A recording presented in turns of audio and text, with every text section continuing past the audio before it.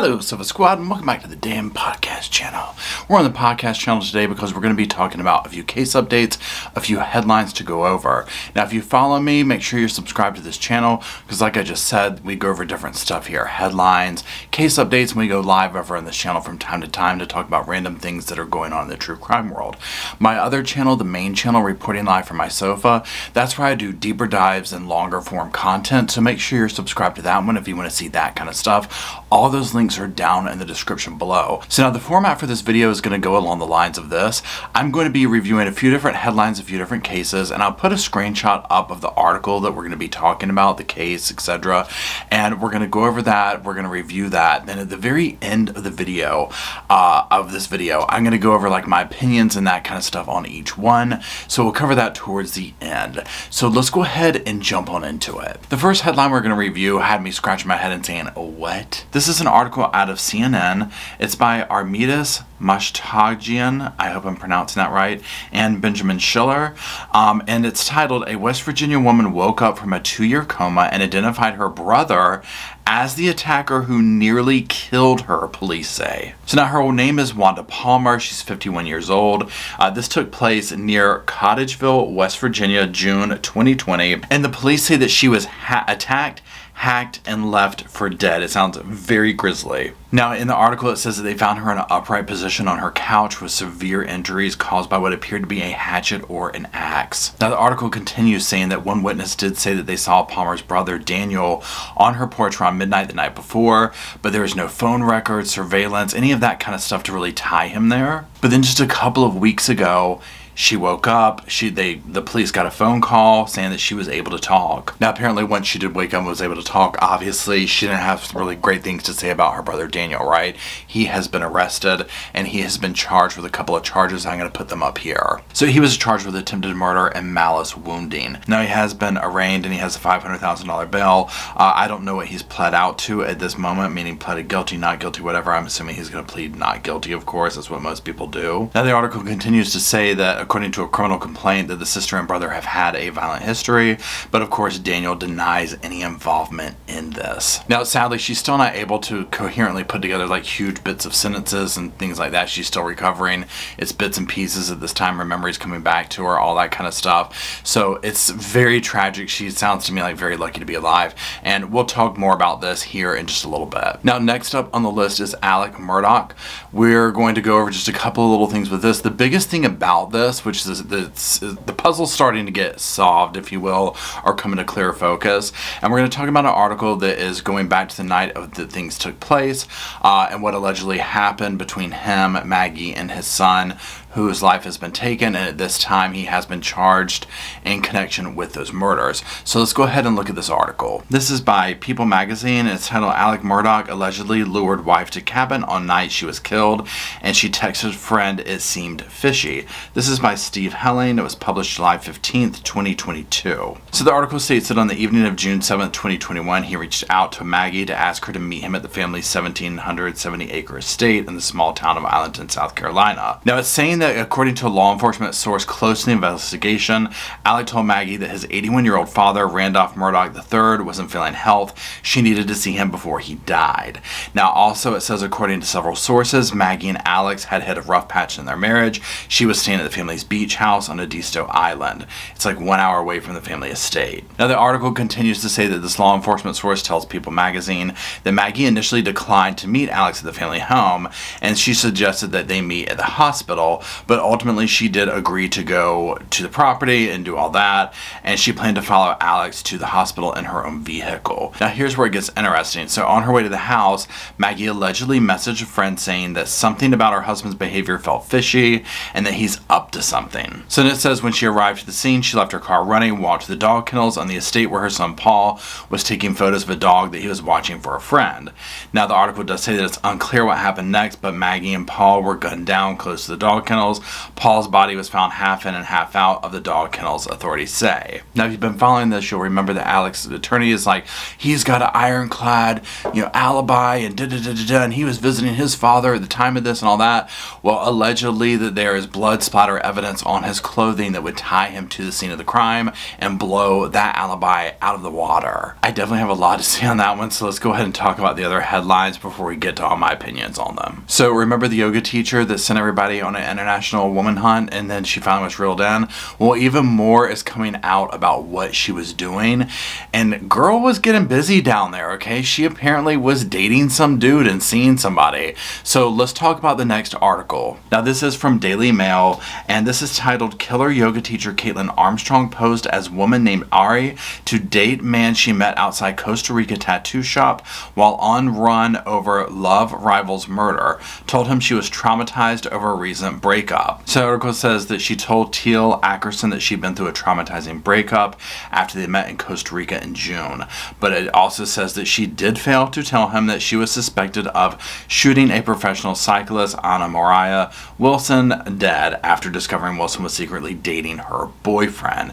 That is a pretty major thing to leave out. Now, she also told him that she hadn't healed from a recent breakup when he tried to kiss her and wasn't ready to get closer to him, Ackerson said. Teal also revealed that the pair had been on several dates at the time that Armstrong had been on the run before her capture on June 29th. Ackerson said he was stunned to see old photos of Armstrong after she was arrested, after she allegedly underwent plastic surgery to change her appearance. The Singleton said Armstrong had undergone a facelift, and it has also been speculated that she changed her nose to try and evade investigators. Ackerson says he now realizes Armstrong's insistence on hanging out in secluded areas made sense. Now, it also says that search warrants have revealed that Armstrong visiting a gun range with her sister before the killing and was given $450,000 by Strickland. Now, it also says that authorities have revealed that the yoga teacher paid for a nose job and dyed her hair brown after fleeing the U.S. using her sister's passport to flee from Newark Airport in New Jersey. Now, the gentleman that she met down there does say that he spoke to her outside the tattoo shop. He saved her in her phone as Airy Tattoo, and that they smoked weed and spent time together. And they spoke up to 3 days before she was arrested. Now, he also says that she was a strange person. He says, "I met her outside the tattoo shop. Her friends were getting tattoos, and she was waiting out there on the bench, and I was having a beer in the lounge. It became apparent to me that she was trying to have a conversation, trying to get to know me, so I began talking to her more and more, and we ended up sharing numbers. We went on a bunch of dates. She said that she had been through a real traumatizing breakup. She hadn't healed from it yet and wasn't ready to get close, so we were just being friends. We wanted to go out to different places. We went to a bunch of different spots, but most of the time she wanted to be at a secluded spot, not a lot of people. I didn't put any of it together. You wouldn't imagine it after it all happened, and I heard what she was really doing and running from it made sense why she didn't want to be seen, why she wanted to go to secluded places, and why it all kind of made a little more sense." He did say that she had a bandage on her nose, which she claimed was from a surfing accident, and he didn't recognize the pictures put out by police. Now, apparently other Costa Rican locals were saying that she had seemed normal and spent most of her time working part-time at the front desk of the hostel where she stayed and taught yoga. Okay, so let's talk about Kristen Smart's trial going on. It's finally gone to trial, and what I'm talking about is Paul and Ruben Flores. They are up to trial. This is a very interesting trial because they're going up, together, I guess you could say. There's going to be two different sets of jurors that are going to go through with this. This trial is going to take like 3 or 4 months to go through. It's going to be a very long trial. Right? So it's just started. There's no cameras or anything like that in there, so we're just going to have to kind of go through news articles, tweets, that kind of stuff that we can see what is taking place in there. But it did come to an unexpected, not end, but just pause, and so I want to talk about that. So let's go ahead and review the article real quick. Okay, so this is in KSBY News, and this is by Catherine Herndon, and this is posted at 9:23 a.m. on July 19th. And it's titled "Kristen Smart Murder Trial Unexpectedly Continued Till Thursday." It says, 1 day into the murder trial for Paul and Ruben Flores, the wrap-up of opening statements and start of testimony has been delayed. Court officials only cited the case was unexpectedly continued to Thursday based on a health issue, but could not elaborate. The opening statements did begin Monday for Paul's case. Apparently he's up going first. 12 jurors and 8 alternates make up the 45-year-old's jury and were seated inside the courtroom during those remarks while the jury for his father, Ruben, was absent. So remember, this is in connection with Christian Smart, the 1996 disappearance. We still don't know where her body is, but it all, you know, you can put two and two together with looking at the evidence and where it looks like her remains were kept at one point and that kind of a thing. It's obviously not good. My heart goes out to her, and as well as all these victims. And if you are still watching, drop some hearts down in the comment section for all of these victims of these crimes. Also, drop some sofas down there to show some love for Mr. Roscoe, who is over there on the sofa holding down the sofa squad. And now let's get to the part of the video where I talk about my opinions and all that on all this. So first of all, we're going to start with, since we just did the Christian Smart one, let's go one back to the cyclist one. Okay, that one, y'all, I'm just like this. This is what surprises me with it, okay? Is that I'm just like, my God. I mean, she goes and she kills her boyfriend's side chick, right? Flees the country on her sister's passport, gets plastic surgery, but then she's like working at the hostel, teaching yoga, going and like, you know, a tattoo shop and doing this and doing that, and I'm just like, she really set up house very quickly, right? Now granted, she's trying to play it safe by, you know, I don't want to be out in public too much, but I'm like, well, why? I mean, if that was me, okay, now again, I don't know what her financial situation was, but she seemed to have all this money, right? I'm like, I would not be teaching yoga. I would not be doing any of that. I would be hiding out and be as quiet as possible, right? I do not think this will end well for her, you know, and if she did this, allegedly, if she did this, it doesn't need to end well for her, right? Because she stole the life, allegedly, of a completely innocent person. So that's my thoughts on that one. We're just going to watch this unravel. I mean, I think it speaks for itself though, right?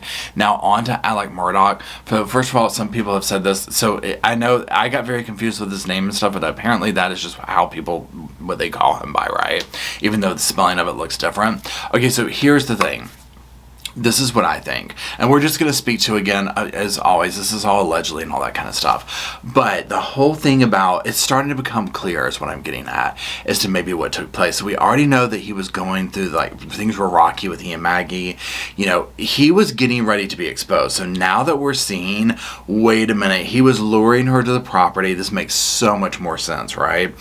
And she was like, something's up, something's going on, because she was not dumb, right? And I've read somewhere else, not in this article, where she already knew, like, part was what was leading to this divorce is she was getting, like, embarrassed around town because checks are bouncing, like, there's money issues, right? Okay, there should be nowhere near money issues with this family, right? There's big trouble. This man has so many lies going and spinning, so there's that. Now, his son, Paul, is there doing the dog thing. Now, I do not know, I'm looking for y'all in the comments, if Paul was already at the house, because this is, so from my point of view, I'm trying to decide if Paul was collateral damage or not. If he meant to kill Paul, or if Paul was like, damn, you weren't supposed to be there, son, but I'm taking you out too. At this point, I think he meant to take both of them out, right? I think he was going to salvage the one son who he felt like he could salvage, right, for whatever reason. And then he was going to do away with Paul and Maggie. I mean, that's all I can think of. And also, too, when you look at it, if you look at family photos, him and his other son, Buster. Okay, so you have Alec and his one son who's still living, who they favor one another looks-wise. Paul and Maggie favor one another. It's so interesting just how you can tell who each child gets their looks from. And I think it's interesting that he took out Maggie and the one that looks like her. Not that I think that's all that it has to do with it. I think there's so much more going on. But again, I just think there's way more to the story, obviously. But also his little airtight alibi of, I was visiting my dad and da-da-da-da. Well, if there really is this blood splatter evidence, you know, and I'm talking blood splatter, right? We need Dr. Lee up in here, okay? Not like I went to hug her blood, but like blood splatter that only got there from like a gun, close range, whatever, right? Nothing is past this guy, okay? Nothing is past this guy. Okay, so let's talk about the first article about the woman waking up. First of all, thank God she did, okay? Thank God she did. I love it when victims of these terrible, heinous crimes and monsters actually are able to come back and identify the people themselves, not from the grave. You know what I'm saying? Because I also love it when their voices are strong enough from the grave that they're able to, you know what I mean, like get justice from the other side, if that makes sense. But like this woman to wake up and be like, my brother did it, I mean, come on, like, you gotta love that karma. I pray that she can make a full recovery. It sounds like a very tumultuous relationship with her brother. It sounds like there's a lot of violence with it. It sounds like he was an abusive kind of a man. For someone to take, imagine using a hatchet or an axe on somebody. That is so Friday the 13th. That is so personal. That is so grotesque. Let alone your blood relative, right? I mean, I'm not trying to say, well, it's fine if it's somebody else, but you know what I'm saying, right? I mean, come on. I pray she can make a full recovery and put that man behind bars so he never messes with her ever again. So those are all my little updates for today. Thank you for watching. Thank you for everybody who makes the channel possible. It would not be here without you. And until we meet around this damn computer and that damn sofa, well, I'll see you soon.